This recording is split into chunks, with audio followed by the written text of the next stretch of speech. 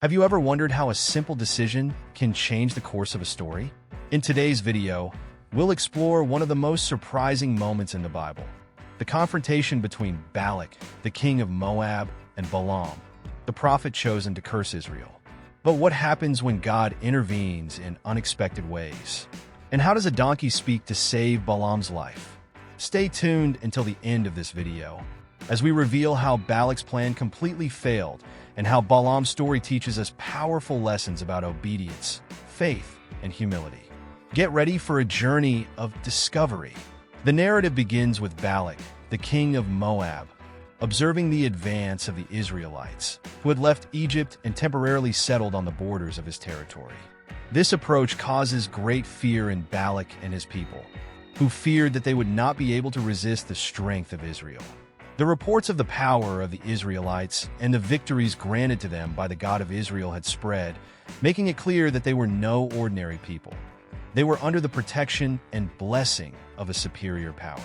Faced with this situation, Balak decides that he needs a supernatural means to neutralize the Israelite threat. He thinks of Balaam, a prophet known not only for his wisdom, but also for his ability to curse and bless, whose fame spread throughout the region. Balak believes that if Balaam could curse Israel, their power would be weakened, allowing Moab to maintain its sovereignty and security. With this intention, the king organizes a delegation with messengers and valuable gifts, sending them with the mission of convincing Balaam to curse the people of Israel in exchange for a substantial reward. Thus, Balak establishes the starting point for a story that explores themes such as fidelity to the divine calling, the sovereignty of God over all nations, and the inability of human forces to prevail over the divine will. The plot unfolds from Balak's attempt to manipulate the situation through spiritual means, believing that Moab's destiny could be controlled with the help of the prophet Balaam. Upon receiving the first proposal from Balak, the king of Moab, Balaam is immediately faced with a difficult choice. The delegation sent by the king brings a generous offer, full of riches and promises of great honor, if he agrees to curse the people of Israel. Balaam knows that his reputation as a prophet and his spiritual abilities are widely recognized, and the temptation is great. However, before making any decision, he decides to seek guidance from God. With humility and wisdom, Balaam approaches the Lord in prayer, asking for his guidance. God responds clearly and directly. He must not follow Balak's orders. The Lord makes a point of emphasizing that Israel is a blessed and protected people, and no curse can prevail over them. The divine instruction is simple and unquestionable. Balaam must refuse the offer and not collaborate with Balak's plans. Obedient to God's command, Balaam delivers his response to Balak's messengers, refusing the proposal. He explains that, despite the king's generosity, he cannot act against God's will. Balaam's decision, however, does not deter Balak from continuing to try. Determined to ensure the curse on Israel, the king of Moab sends a second delegation, made up of even more influential princes, and offers a greater reward, with promises of power and honor. Even in the face of this new offer, Balaam remains firm in his decision to seek divine guidance before taking any action. Balaam's moral and spiritual dilemma intensifies, as he is faced with the challenge of balancing faithfulness to God with the temptations of power and wealth. Despite having received clear instructions from God not to follow Balak's proposal, Balaam, still faced with the second offer of reward, begins to hesitate. The king of Moab, this time, sends a more prestigious delegation, made up of influential princes and even more tempting promises of riches and honor. Balak's words are persuasive, and the pressure on Balaam grows. The possibility of a great reward and the desire to please the king make him question whether or not he should follow God's command. Balaam then decides to consult God again. He had already received a clear and direct answer, but his insistence on seeking an alternative reveals human weakness in the face of the temptation of power and fame. God, in his sovereignty, allows Balaam to follow, but with one important condition. He must speak only the words that God commands him, and cannot change his will in any way. Although the Lord had already given his instruction, he, in his patience, gives Balaam the freedom to follow, but makes it clear that the prophetic word that Balaam speaks will be exclusively that which he allows. This permission of God, although it seems to be a concession, serves to reaffirm divine authority over the situation. Balaam's decision to insist on going, even after divine warning, demonstrates the internal struggle between self-will and obedience to God. By allowing Balaam to go, God reinforces that the prophet cannot escape the divine purpose, and that in the end, he will be in control of all of Balaam's words and actions. As Balaam continues his journey toward King Balak, something extraordinary happens. The angel of the Lord appears before him on the path, with a sword in his hand, blocking the way. However, Balaam cannot see the angel because his eyes are spiritually closed. The angel is there to prevent Balaam from continuing on his mission because the Lord has a different purpose for him and will not allow him to curse Israel. Balaam's donkey, however, is able to perceive the divine presence. When she sees the angel blocking the path, she fears for her master's life and tries to get out of the way to avoid danger.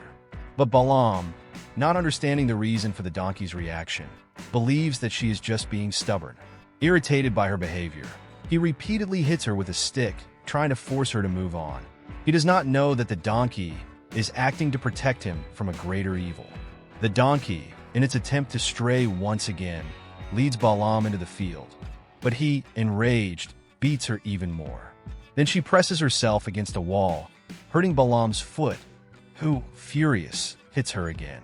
He is blind to spiritual vision and cannot perceive what is really happening. It is then that God, in his sovereignty and grace, allows the donkey to speak. To Balaam's surprise, the donkey says, "What have I done that you have beaten me these 3 times?" This unexpected speech is a surprising and supernatural moment, a way for God to call Balaam's attention to the error he was making.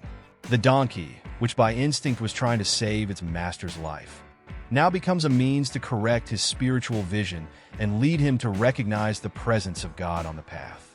When Balaam hears the donkey speak, he finally realizes that something supernatural is happening. In this moment of surprise and reflection, God opens Balaam's eyes, allowing him to see the angel of the Lord who was blocking the path. The angel is there, with a sword in his hand, ready to stop Balaam from continuing on his mission. The angel rebukes Balaam with severe words, explaining that if it were not for the donkey's action, he would have been killed. The donkey, with its apparently stubborn behavior, was actually trying to save its master's life, deviating from the path to avoid the angel, who was ready to judge him. The angel reveals to Balaam that he was on the wrong path, and that, by insisting on following it, he was going against God's plan. This is a crucial moment for Balaam, as he is confronted with the reality that in his haste and anger, he was moving away from God's will, disregarding the divine guidance that had already been given. Balaam repents deeply before the angel. He acknowledges his failure and, humbly, apologizes for his thoughtless attitude. He then promises that from that moment on he will faithfully obey God's instructions. He understands that his mission is not to curse Israel, but to speak only what God commands him to. This sincere repentance marks a turning point for Balaam, who from that moment on recognizes the sovereignty of God and the need to submit completely to his will, regardless of external temptations and pressures. When Balaam finally arrives at the designated place, where Balak is anxiously awaiting him, the king of Moab has great expectations. He believes that with Balaam's help he will finally be able to weaken Israel and secure his victory over the people he fears. Balak takes Balaam to a high mountain, from where he can see part of the Israelite camp. He is convinced that, with Balaam's authority, he can place a powerful curse on the Israelites. But what he does not know is that God has already decided otherwise. The moment Balaam opens his mouth to pronounce the words of curse that Balak was expecting, something extraordinary happens. Instead of cursing, Balaam, guided by the Spirit of God, begins to pronounce a blessing on Israel. He declares that Israel is a blessed people, chosen by God, and that no enemy will be able to prevail against them. Balak, astonished and furious, tries to understand what is happening, because his expectation was completely different. Frustrated, Balak takes Balaam to another point, trying again to obtain the desired curse. However, when he tries to curse Israel once more, Balaam, once again moved by God, not only finds himself unable to place a curse, but also proclaims an even more powerful blessing on the people of Israel. Then Balak, without knowing it, or what to do, leads the prophet to a third location, believing that, at another angle, Balaam would finally succeed in cursing the Israelites. But once again, Balaam's words are of blessing, exhorting about God's greatness and protection over Israel. Every attempt by Balak to manipulate Balaam into cursing Israel ends in total failure, completely frustrating his plans. The king of Moab is enraged, for he realizes that nothing can defeat God's people when he is on their defense. Balak, disillusioned and angry, sees his attempt to use Balaam's spiritual power against Israel crumble in the face of divine sovereignty, which prevails over all human and spiritual forces. The story of Balaam, his donkey, and Balak's frustrated attempt to curse Israel ends with a clear and profound message. Balak's plan was completely frustrated, and Israel remains under God's protection and blessing. Despite all the attempts of the king of Moab to manipulate Balaam into cursing God's chosen people, Balaam's words, guided by the Lord, blessed Israel rather than harmed them. This sequence of events not only reveals God's sovereignty, but also highlights the fact that no one can thwart God's plan, no matter how hard they try or use the most unusual means to do so. The story also offers us a valuable lesson about obedience and humility. Balaam initially acted stubbornly, disregarding God's clear command. But when confronted with God's presence, he repented and promised to follow God's instructions faithfully. This moment of repentance is essential to understanding the importance of recognizing God's authority in all situations and the need to submit our will to His. Furthermore, God's surprising intervention in allowing Balaam's donkey to speak serves as a powerful reminder that God can use anyone, even a seemingly insignificant creature, to reveal His will and correct His servants. God is not limited to conventional means and can use any circumstance or being to make His will known and fulfilled. Thus, the moral of Balaam's story is clear. Obedience to God is fundamental.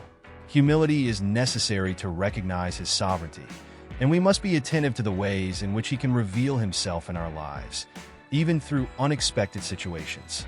The story of Balaam teaches us powerful lessons about obedience, humility, and the sovereignty of God.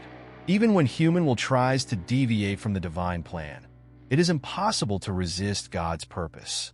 He can use even the most unexpected means to guide and correct us. May we learn to trust in His guidance and faithfully obey His commands, recognizing that in everything He is in control.